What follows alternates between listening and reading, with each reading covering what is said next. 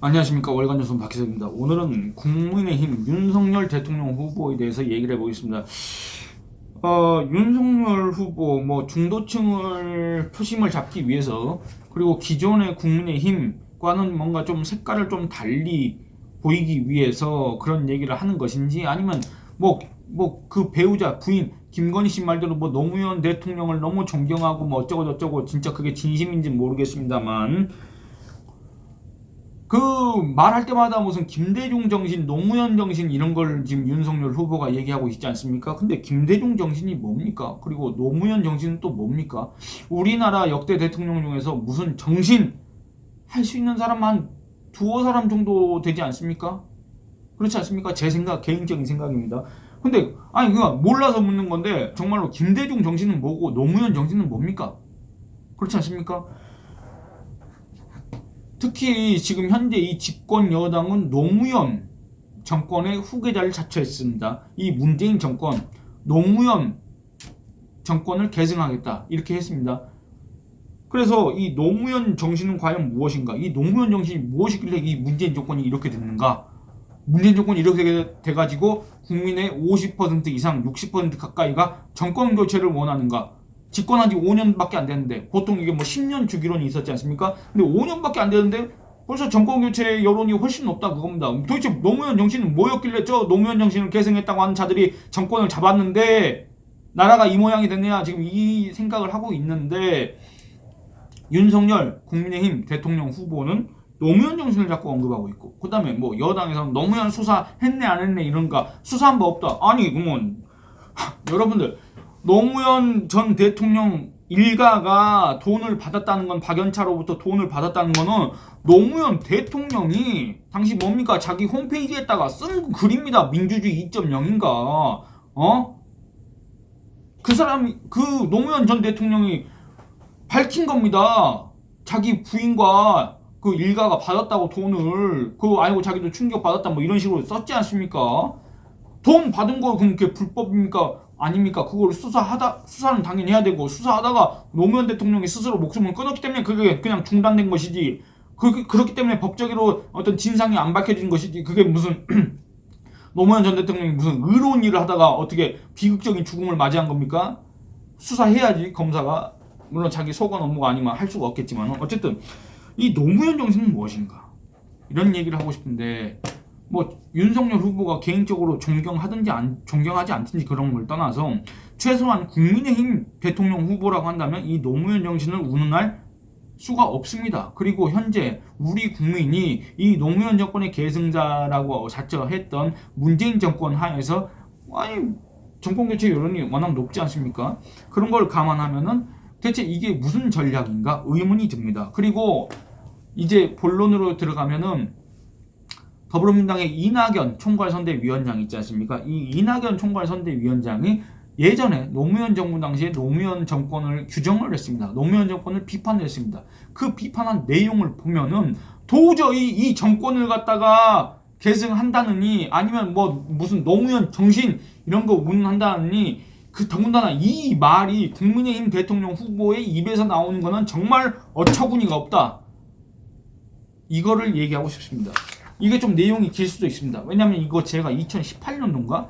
그때 당시에 이낙연, 문재인 방패 역할하는 이낙연은 노무현 저격수였나? 이런 제목으로 기사를 쓴 바 있는데, 그 기사를 요약을 한 겁니다. 그래서 이게 몇 편이 될지는 모르겠지만 한번 살펴보도록 하겠습니다. 외교부터 살펴보겠습니다. 2014년 2월 17일 이낙연 새천년 민주당 의원은 노무현 정부의 소위 자주외교를 비판했습니다. 노무현식 자주외교? 이거는 소위 실체 불분명한 겁니다. 지금도 무슨 이재명 후보의 무슨 외교 안보 관련 기고문을 갖다가 또 그 선대위 안에서 무슨 자주파와 동맹파가 싸우고 있다. 이 일이 2004년도에도 그대로 있었다 그겁니다. 이 대미 노선을 두고 외교안보 부처에서 자칭 자주파니 무슨 미국과의 관계를 중시하는 동맹파니, 이거 갈등이 있었다 그겁니다. 이것과 관련해서 이낙연은 당시에 대정부 질문에서 뭐라고 그랬냐? 노무현식 자주외교의 실효성 문제를 지적했습니다. 문제는 자주를 입으로 외치는 것보다 중요한 것은 그렇게 하지 않더라도 자주적인 결과를 낳는 것, 자주적인 결과를 얻는 것, 그것이 더 중요하지 않겠느냐, 이렇게 생각한다, 이렇게 얘기했습니다. 그러니까 외교에서 한마디로 얘네들은 어떤 이 세계가 어떻게 돌아가는지도 모르고 세계에서 어떤 실리 이런 것들이 어떻게 움직이는 건지도 모르고 현실이 어떤지도 모르고 그냥 이상주의적 망상에 빠져가지고 외교를 갖다가 실험한다. 이런 식으로 비판한 거 아니겠습니까? 이 노무현 당시 대통령의 이른바 동북아 균형자론도 비판했습니다. 이 동북아 균형자론이라는 게 뭐냐면 기존의 이 한미일 삼각동맹, 이 동북아 구도에서 한미일 삼각동맹에서 이탈해가지고 우리가 중러 북 그다음에 미국과 일본 이 사이에서 우리가 이 균형 한마디로 실용 외교를 하자. 여러분들 이 실용 외교가 지금 이재명 더불어민주당 대통령 후보가 얘기하고 있는 게 국익 실용 외교입니다. 아주 이건 문제가 개인적으로 많다고 생각하는데 어쨌든 이 동북아 균형자론도 비판을 했습니다. 정부는 균형자 역할을 한미동맹을 토대로 추진할 것이라고 말합니다. 그러나 이런 설명을 주변 국가들은 제대로 받아들이지 않고 있습니다. 미국은 탈미 자주화 노선이 아닐까 의심하는 듯합니다. 일본은 한미균형과 한국의 대중국 경사를 경계하고 있습니다. 이 구상이 한미동맹의 공고화를 의심케 하는 것은 아닌가 이것을 묻고 있는 것입니다. 한국이 국방력으로 균형자 역할을 할 수는 없다고 봅니다. 군비 강화로는 한계가 있습니다. 자칫 그 주변 국가들의 불필요한 견제만 자초할 수도 있습니다.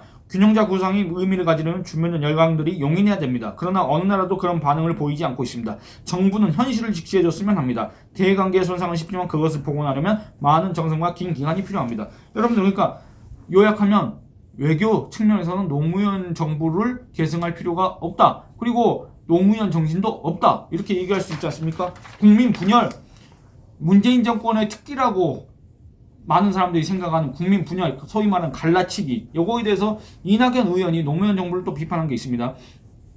이 노무현 정부의 일방적인 이른바 개혁과 정부에 의한 사회 분열을 우려했습니다. 당시 이낙연 의원이 2004년 10월 28일 그때 당시 이제 또 대정부 질문에서 이렇게 얘기합니다. 원고를 이렇게 작성했습니다. 분열의 리더십으로 개혁을 향한 사회의 열정을 싣고 있다. 개혁은 소수의 열정만으로 이루어지지 않는다. 반대 세력과도 협의하고 최대한의 합의를 이끌어내는 정치적 기량이 더 개혁적인 결과를 낳을 수 있다. 목표를 다소 줄이더라도 국민과 함께 가는 것이 바람직하고 그것이 더 좋은 결과를 만들 수 있다. 국민이 먼저 정부를 떠나지는 않지만 정부가 국민을 떠나게 하는 경우는 종종 있다. 이렇게 얘기합니다. 그러니까 무슨 혹시 노무현 정신의 사회통합, 국민통합 뭐 혹시 이런 게 있습니까? 윤석열 후보? 근데 이렇다 그겁니다. 이낙연 의원이 지적한 국민 분열, 노무현 정부의 국민 갈라치기 이 실상이 이렇다 그겁니다. 이건 계속됩니다. 부익부 빈익빈도 비판했습니다. 뭐냐면 2014년 11월 16일 이제 국회 또 재정부 지정에서 이낙연 의원 노무현 정부의 정책 전반을 갖다가 지적을 하면서 빈부격차 해소에 대해서 노무현 정부가 무능하고 무관심하다 이걸 비판했습니다. 정책다운 정책이 없다. 말싸움만 요란했다. 이렇게 하면서 노무현 정부를 몰아붙였습니다. 읽어보도록 하겠습니다. 저는 노무현 정부와 좌파 정부라고 보지 않습니다. 정책이 좌파적이어서 문제라는 생각도 별로 없습니다. 좌파적이든 우파적이든 정책다운 정책이 없는 것이 진정한 문제라고 저는 판단합니다. 좌파든 우파든 국민 실생활에 이익이 되는 정책이 있어야 되는데 실현 가능한 정책을 내놓고 타당한 정책을 내놔야 되는데 효과적이고 효율적으로 운영 관리 가능한 정책이 있어야 되는데 그게 없다. 그냥 쟤네들은 멍청하다, 무능하다, 무책임하다 이렇게 얘기합니다. 그런데 이런 정권의 정신이 무슨 계승할 정신이 있습니까? 윤석열 후보? 에? 노무현 정부 출범 이후 성장이냐 분배냐 하는 말싸움이 요란했습니다. 그러나 분배 정책은 보이지 않습니다. 빈곤층을 줄이기 위한 정책을 저는 본 적이 없습니다. 정부는 혹시 개혁 자체보다 개혁 토론을 더 중시하는 것은 아닙니까? 이렇게 얘기합니다. 또 이낙연 의원 노무현 정부 들어서 경제 상황이 개선되지 않고 사회 갈등이 점점 고조되고 있는 것도 걱정을 했습니다. 이 사회상을 두고 밀란 직전 상태라고 봐야 옳지 않느냐 이렇게 비판했습니다. 지난 주말 서울에서는 각종 시위가 끊이지 않았습니다. 지금 코로나19 때문에 그렇지 코로나19 없었으면 문재인 정권 기간에도 광화문 광장을 비롯한 각종 거리에 시위 인파로 가득 찼을 겁니다. 그렇지 않습니까? 시위 방식이 섬뜩해지고 있습니다. 매일 190개의 음식점이 문을 닫고 실업자 950명이 생긴다고 합니다. 음식점의 85%가 적자를 보거나 현상 유지에 급급하다고 말합니다. 음식점뿐만이 아닙니다. 지방에서는 거의 모든 업종이 비슷한 상태입니다. 이렇게 하면서 2004년에 대한민국은 마치 시위의 종합 전시장처럼 되어버렸습니다. 어느 장관은 데모할 국민이 1000만 명쯤 된다고 말했다고 합니다. 이 정도면 거의 밀란 직전 상태라고 봐야 되지 옳지 않겠습니까? 무엇이 대한민국을 이 지경으로 만들었습니까? 경제가 위축돼 먹고 살기 어렵다는 것이 큰 원인일 겁니다. 사회 곳곳의 갈등이 또 하나의 큰 요인입니다. 저는 전자를 생계형 시위, 후자를 갈등형 시위라고 부릅니다. 이 두 가지가 동시에 전면적으로 터져나오고 있습니다. 생계형 시위는 언필칭 개혁이 외면한 결과입니다. 갈등형 시위는 어설픈 개혁이 파생한 부산물입니다. 두 가지 모두 잘못된 국정과 관련됩니다. 이렇게 얘기합니다. 갈등을 예방, 완화, 조정, 해결하는 것이 정부의 역할 아닙니까? 그런데 노무현 정부는 갈등의 한쪽 당사자이길 사용하지 않는 것 같습니다. 그런 경우를 예전에는 별로 본 적이 없습니다. 국민의 자살이 사상 최다 기록을 해마다 경신하고 있습니다.